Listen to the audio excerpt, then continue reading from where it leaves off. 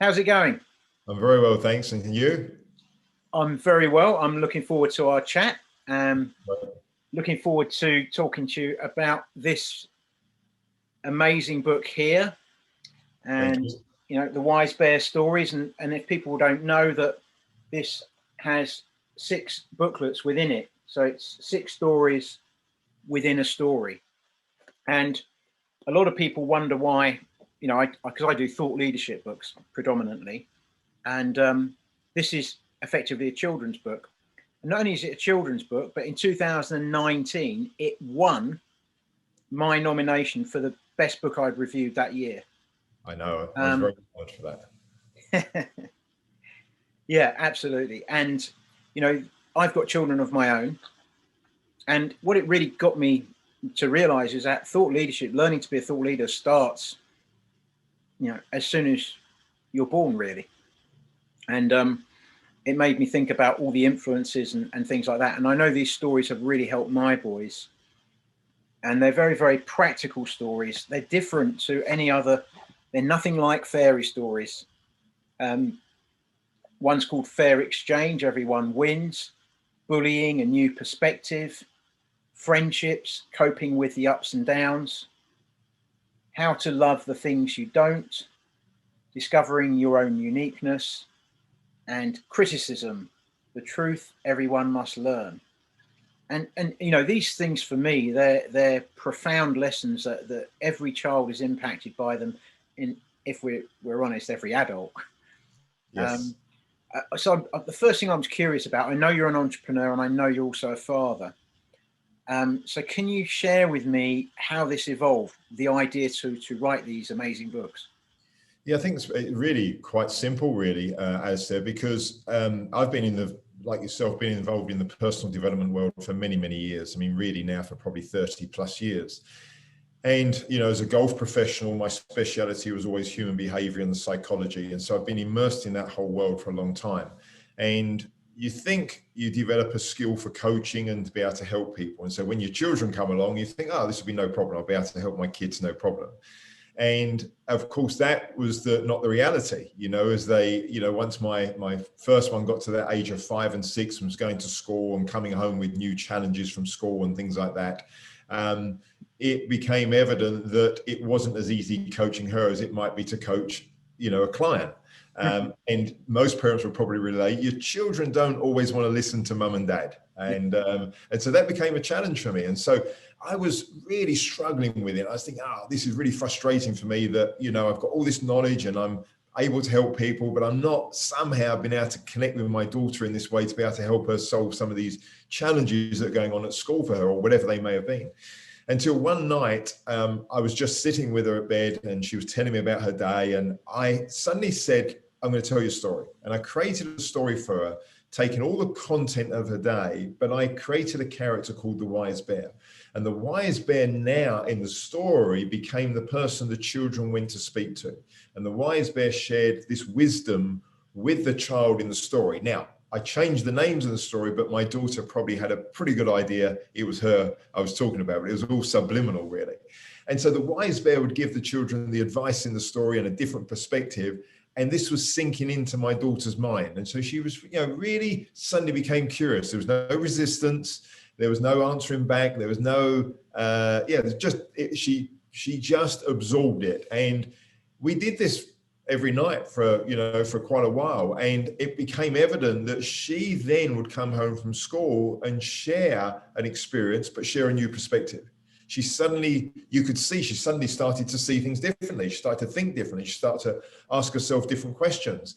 And so that's how they came about. And so the medium of creating these bedtime stories, but having a central character that my daughter could listen to, no longer was she being told by dad or mum what to do or what to think or how to deal with things. It was somebody else. And so that third person scenario worked really, really well. But it was a vehicle for me to be able to share what I wanted to share with my daughter. And so that was lovely because, as a parent, you think one of the greatest gifts you can give your children is to share your wisdom of what you've learned. You want them to benefit from all the things you've gone on in your life and help them as much as possible. And so that's how it came about, really, the stories. And for a lot, that was years ago, and we never did anything with them. And it was literally last year, decided, you know what, I need to publish these. And my daughter actually was the inspiration for that to a large extent, because she said, Dad, I'd like to help you do them. And that was enough for me to say, right, come on, let's do them. And that's how we got to where we are now. Fantastic. And, you know, the books are fantastic. The thing I'd like to kind of get across to people is how different these books are, because I think, you know, as children, the stories we tend to remember, you know, kind of Goldilocks and the Three Bears, and, you know, a lot of the kind of Princess in the Tower type of stories are very fantasy based, and, you know, they all lived happily ever after, that kind of thing. Sure. And your stories are different to that, very different, and they deal with real challenges and real issues that children face every day in school, whether it's bullying, being annoyed with people, dealing with friendship difficulties, and, you know, the feeling of self-worth, these kinds of issues. Can you explain, you know, some of the philosophy behind these stories that's different to what you'd find in a fairy story? Yeah, absolutely. Well, first of all, you made a very good point. These are actually all based on real life stories. These are things that my children went through, and I think they're fairly classical for many, many children to go through. And so that's a good starting point, because then any parent who's interested knows that this is something my child's going to go through. And then the next part is, I think they're designed not to tell the children reading the story that there's a right or wrong way to deal with this. There's not there's not a right or wrong way. This is helping them learn how to think. This is about based on the true essence of human behavior. This is about them using their own mind, asking themselves questions to help them find new answers. But the questions are designed in a way within the book that they're going to help the children find the truth. You know, your mentor and mine, Dr. John Demartini, has a lovely saying that the truth sets you free. And that's what I wanted to achieve from the books, is help the children learn how to manage their mind, how to manage their emotions. They're only going to do that if they learn how to think. You know, what are the questions I can ask myself in this situation to gain me a new perspective, but a perspective that's not idealistic. It's not socially what societies may be promoting, but it's the truth of actually what went on in that occasion or in that event. And that's really, that's the philosophy of what they're about. Yeah, and I noticed that you do at the back of each booklet, you have like an exercise where you actually ask people, you say, use the questions below to discuss with your children and family how the wise bear thinking can help you. And then you basically set out an exercise. So it's taking a real life story. I think this one here is, you know, about fair exchange, where everyone wins, where, you know, people get upset because they think they're losing or something.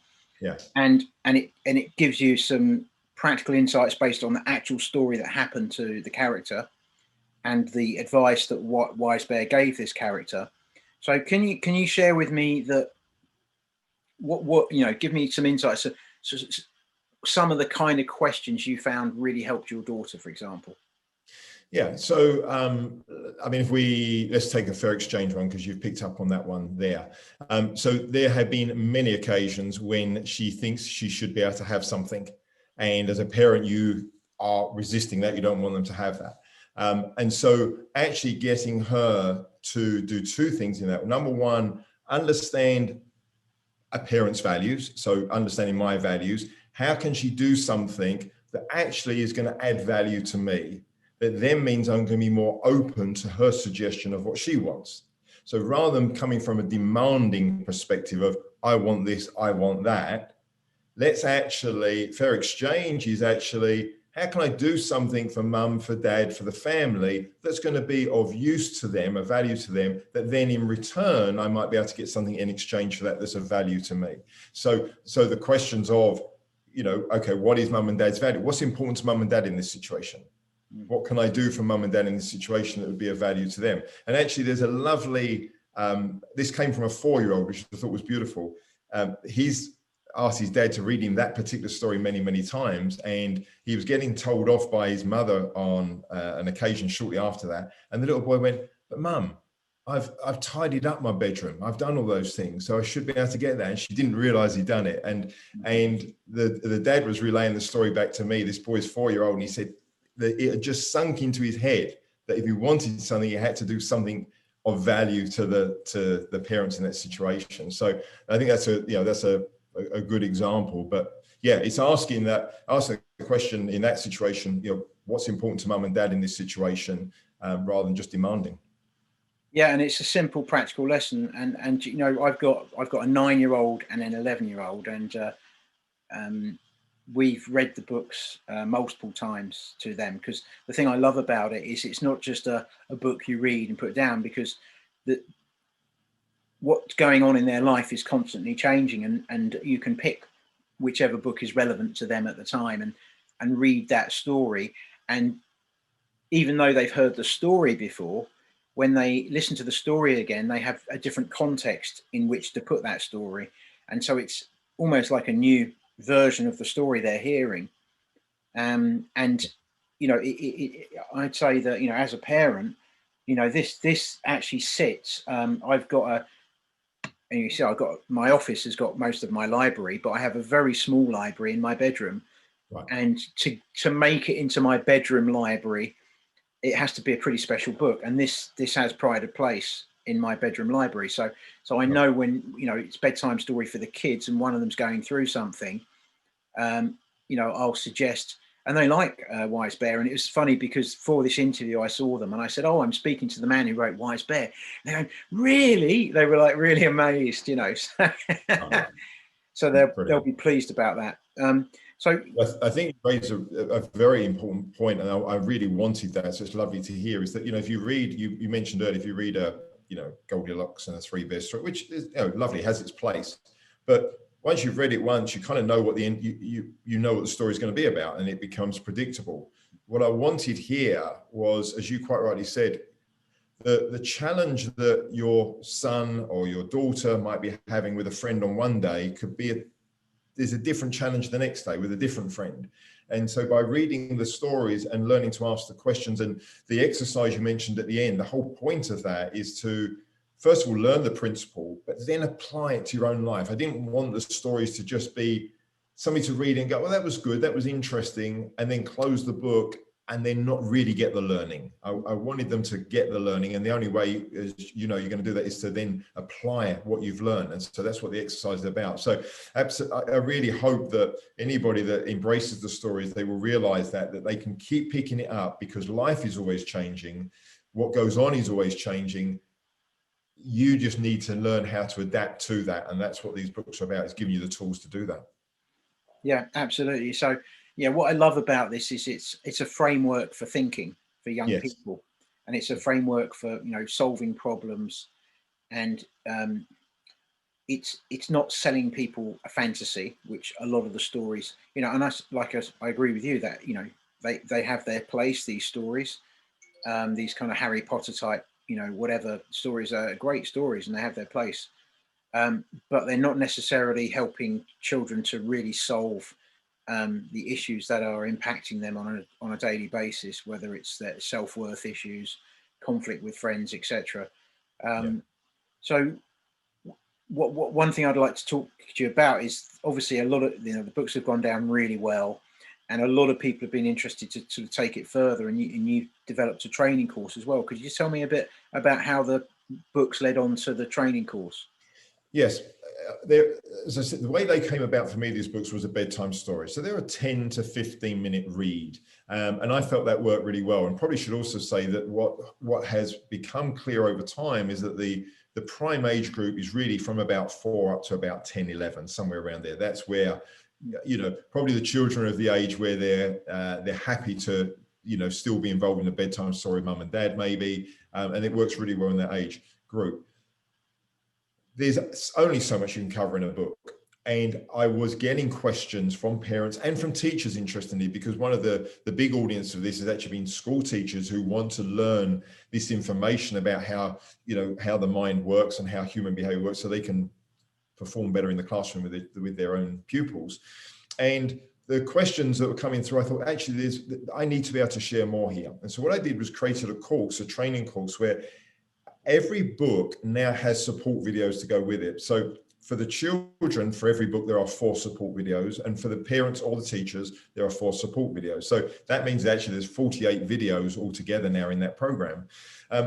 For the children, what it does is the videos for them, first of all, challenge them to see how much they can remember from the story. So that they actually, they get it embedded in their mind. And then it takes whatever that story was about, criticism, bullying, friendships, fair exchange, whatever it takes those principles and then takes the exercises in the books and takes them further, gets them to apply them even more. So that, again, they really do learn to master it. And then at the end of every story, there's an affirmation. I really like those, the idea of how affirmations work. And then the last video for them is about that. And for the parents and the teachers, it really goes into a bit more of the science behind it. Really helping them understand why these principles work, where they come from, why they work, and how to then apply them in their child's life. But as you mentioned actually earlier, one of the really important feedbacks we've had is that many parents are saying, my kids are enjoying these, but actually I'm getting a lot from this as well. And the training course actually allows that to happen even more. So for the parents side of the training course, they get to see where this is going on in their own life a little bit as well. So each training video is really probably around 5 to 7 minutes long. So they're fairly quick, but there is a little bit of work to do after most of them. So the idea is you watch it and then you apply it. And what I also liked was that, there's one book here, but there's a video for the parent and a video for the child. So I like the idea of working with my children on the same things, not putting myself above them, just saying, come on, we're equal here. Let's actually both work on this same principle, these same ideas together, in our own way. So I think that's really nice for parents and children to do that. Okay, that's brilliant. So, you're saying that the typical age range is 4 to about 11. Yeah. And I guess most parents do bedtime reading. A lot of parents do. So that would be, and I certainly found that that's been the case. When you read the story, obviously there's a little exercise at the back of each booklet after you've read the story. Interesting, what I've done with my boys sometimes is I've read out all 6 titles and said, which one do you want to read? Other times I've suggested, because I know one of them's going through something. So this is kind of, I just, I can't say enough about it in terms of it's a phenomenal tool as a parent to have, that you've provided people. Can you share with me some of the feedback you've had from parents and kids, like how they've turned a challenge around? Yeah, no, definitely. So, I obviously mentioned the little one earlier where that young 4-year-old was suddenly realizing he had to, do something of value in the family. There was another one where, again, actually the young girl was 4, which I was amazed at. And she came home and she told her mum and dad she was having a challenge with a friend at school who was really being quite spiteful and bullying.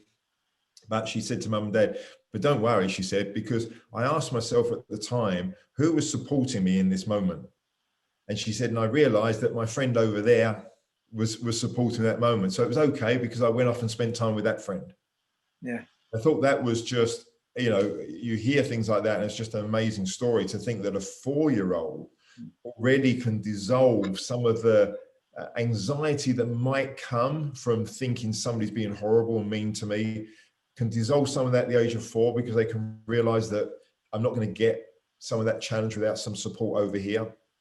And I thought that was, that was amazing, really, to hear that at age 4.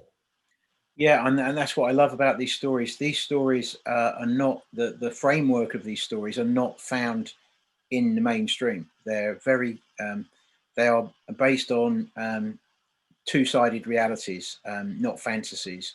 Yeah. And I think kids are, like sponges, aren't they? And if they're only being fed fantasy stories, and I don't have an issue with, them reading, my boys read fantasy stories, but I think for them to not be exposed to stories which are, based on, there's 2 sides to reality, and everybody's got both sides, and to not have that exposure, I think they're really missing out on something. Yeah. So, I'm really grateful because until your books came along, it was difficult for me to have that bedtime reading with my kids. So I'm sure that anyone listening to this will you know, once they get the books and read them, they'll think, wow, you know, this is definitely enabling us to help our children in a way that we can't necessarily ourselves, and in a way that no other stories are helping them. And I think I'm really pleased you said that. I'd encourage any parent that's interested in getting the books, do it from the perspective that you are going to work on it with your children. It's not a story to be read and that's the end of that and we put it down. It will challenge the parents. You know, look, we know this work very well, but it still challenges us. It's going to challenge the parents. But I wanted, again, this idea that, okay, I'm going to work with my child and we're going to solve some of this together. We're going to ask questions together and look together, because that's why I'm getting feedback from parents saying, I'm actually gaining a lot from this myself. So I think that's a really key part for me, is that working together. So when you read through the story and the wise bears asking the children questions in there, and then you do the exercise at the end, it isn't always easy to find the answer. It's not, you know, sometimes you have to work at it, but that's where the parent can come in and say, well, what about this? Is this a possibility? What about if we look at it from this way? And that, I think that working together builds a huge trust, I think, for the child with the parent as well. So I think it's I'm pleased you raised that point. But if I just go back as well, because there was another lovely one you said to me, you know, examples. I was in a school and presenting before lockdown. I was going into schools and presenting this with the children and teaching the principals. And the story I used to do was how to love the things you don't in the schools, because very often children are in school and they're doing an academic subject they really find boring and they're not finding it interesting.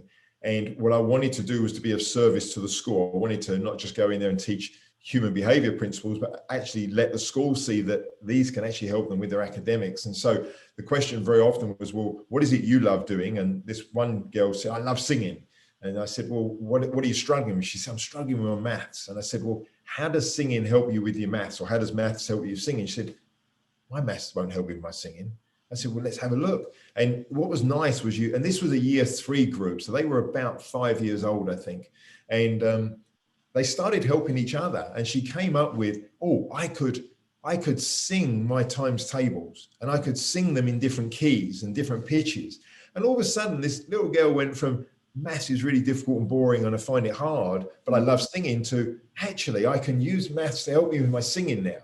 And her enthusiasm was just so different, and that's not uncommon to see some of those responses. The children are brilliant sometimes at finding answers. Yeah, and you're right, and I think the kids don't have as many embedded old patterns that we have, so they can pick up on these things much easier. Yeah. And I just love the fact that, you know, what your point you made earlier about the parents picking up on this, because what the books do is they get you thinking about how you think and how your children, and they help you to work with your children into thinking in a more empowering way. Yeah. And how often do, you know, we people are always saying, oh, I'm trying to teach my kids this, you know, how to fish, or, you know, how to cross the road, or, you know, how to do maths or whatever. But how often do we teach our kids how to think in a more empowering way? Because that's in essence what these books are about. And when you do that with your kids, you can't help, because it impacts you as well, because you think, oh, I've got some old programming here that's not serving me, that, you know, maybe I can think about this differently as well. Definitely. And that's really, again, why the course I felt was so important, to take the books further and say, right, let's create a training program around here. Because I think any habit you're trying to establish, you can't do it once. You know, you need to keep coming back to it. And so I wanted there to be more to help the parents and the children engross themselves in it more and keep coming back to something. You know, you work through it for longer, work through it more, so it really does become a habit. Because you said some of these ideas and these questions, they're not what you're finding in mainstream. And so we've got the challenge of, we are helping our children think differently, get a different perspective, learn how to think, but we've got to respect the fact they're going into a world where that's not what others are always doing. And so they come back, we've got to encourage them again, so they can take charge of their own thinking. Yeah, and that's really what it's about. Yeah. And I think, you know, and this is why, you know, it was my book of the year last year, because it got me realizing that if we want to, you know, the next generation of thought leaders, you know, that's what we've got to do, and teach people how to empower themselves and how they can create a more empowering ways of thinking. Yeah.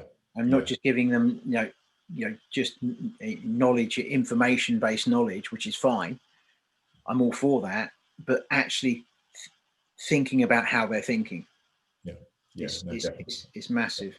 Yeah. So I'll obviously I'll put some links on this video for Sure. people so the book, they can obviously, I'll give them the links for that, and obviously for your course as well if people are interested in that. But all I can say is get the book if you're a parent or grandparent or whatever, and it'll give you a very different means of interacting with your children, and a way of helping them that maybe wasn't open to you before. So yeah, I'm really grateful. So I just want to thank you personally for writing the books, because they really have had a massive kind of impact on my own children and my own family. And I've also purchased the books in the past for some of my clients, yes, who've got children, and they've given the same feedback. So yeah, is there anything else you want to sort of say that's coming up that people should look out for? Well, first of all, thank you for the opportunity. I've really enjoyed chatting to you about it, and I appreciate your support, because I know you've done that for some of your clients, and you've had some of the books for them, which is brilliant. That's a great testimonial in itself. No, I mean, I was so inspired to do the course. The books were inspiring to do when I had the opportunity to take it further. I just loved putting together those videos to help people. And everything I share is, hopefully people will realize comes from experience of being a father. My children are now 17 and 12, so still very much goes on and many things go on. But, I've had a lot of experience now, and I can share from that place of knowledge, but also from experience. And I think the combination hopefully comes through, and therefore it'd be of value to people. So, so thank you. Great. That's awesome. Thank you very much, Scott. Yeah, thanks, Alistair. Appreciate your time.